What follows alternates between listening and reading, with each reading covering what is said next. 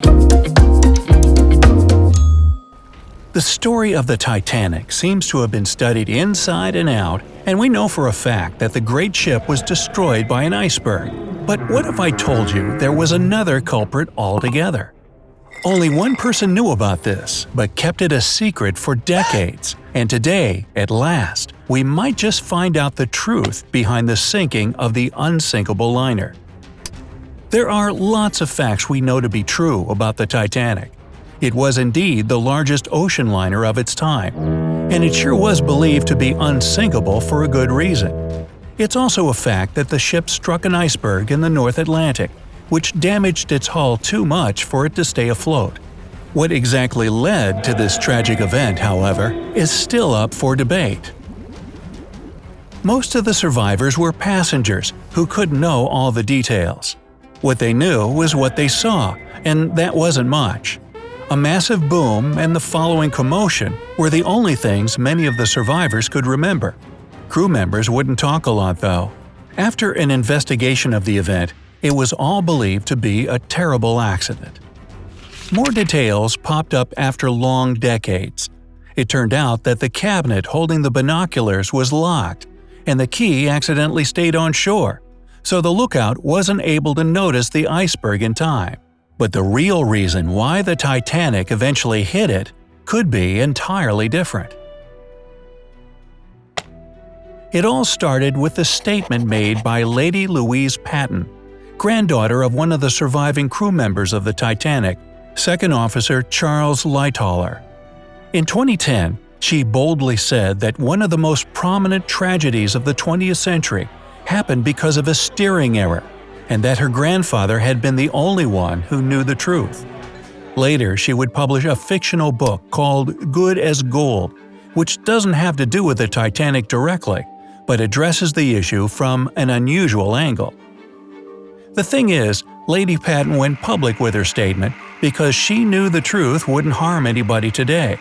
Most Titanic survivors had long since passed away, and White Star Line, the company that owned the liner, had become non-existent in 1934, having merged with Cunard, another British shipping company. But right after the shipwreck, such information could have destroyed the lives of hundreds of people working for White Star Line. So what was this dark secret that had been kept in one family for almost a century? The story goes as follows. On the night of the crash, First Officer William Murdoch was on watch. Somehow he managed to notice the iceberg before the lookouts.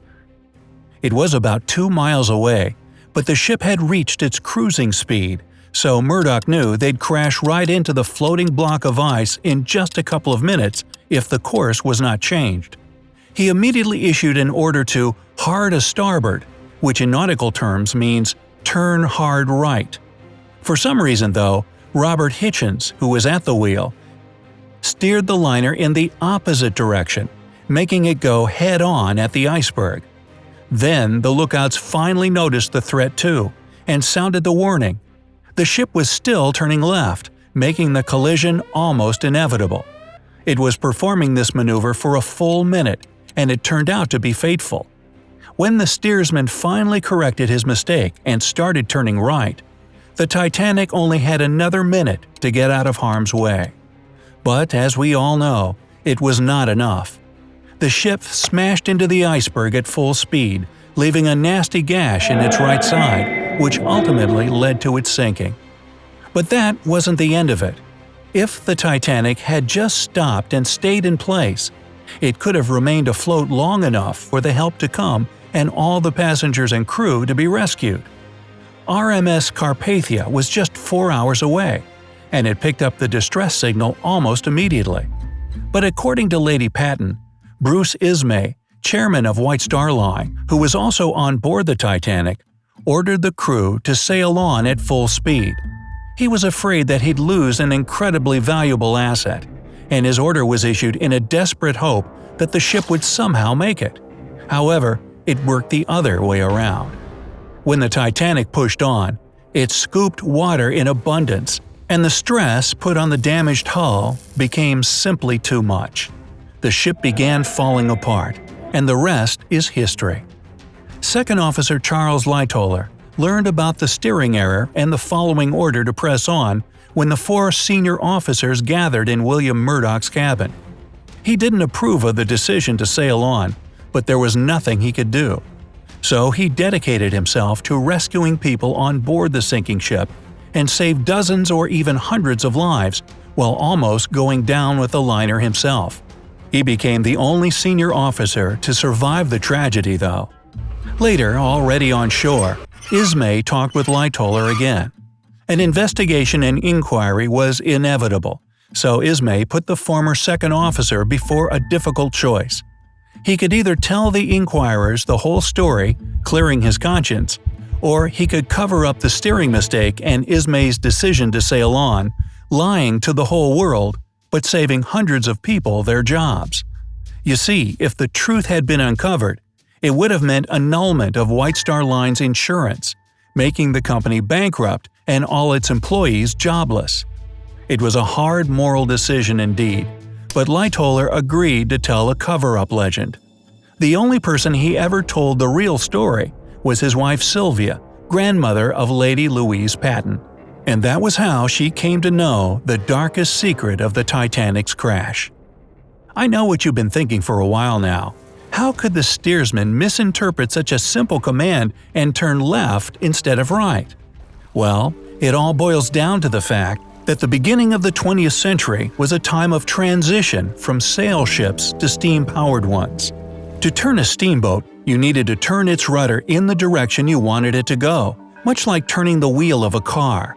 With sail ships, though, it was more complicated than that, and the command to hard a starboard would mean turning the wheel in the opposite direction.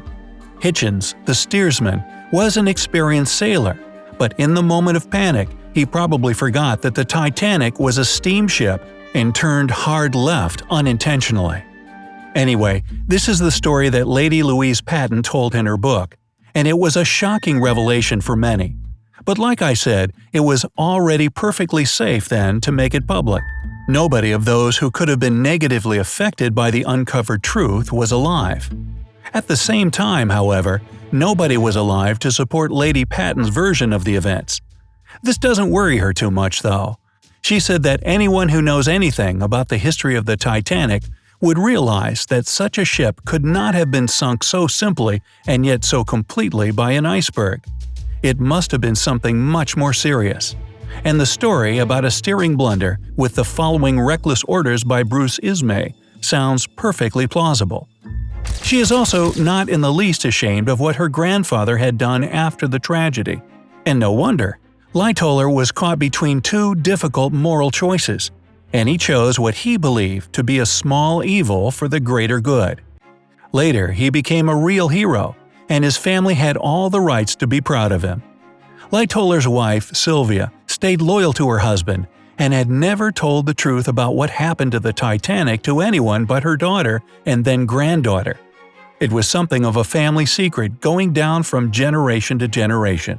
And now, it's finally revealed to the whole world. There's no way to prove or debunk this story today, but the Titanic is covered with layers upon layers of mystery. So, who knows? Maybe there are other details we don't know yet about this legendary ship. And what about you? Do you believe Lady Louise Patten's version of the events? Or do you, perhaps, have other theories of what might have happened to the Titanic? Share your thoughts down in the comments. Hey, if you learned something new today, then give this video a like and share it with a friend. But hey, don't go looking for sunken ships just yet. We have over 2,000 cool videos for you to check out. Just click on this left or right video and enjoy. Remember, stay on the bright side of life.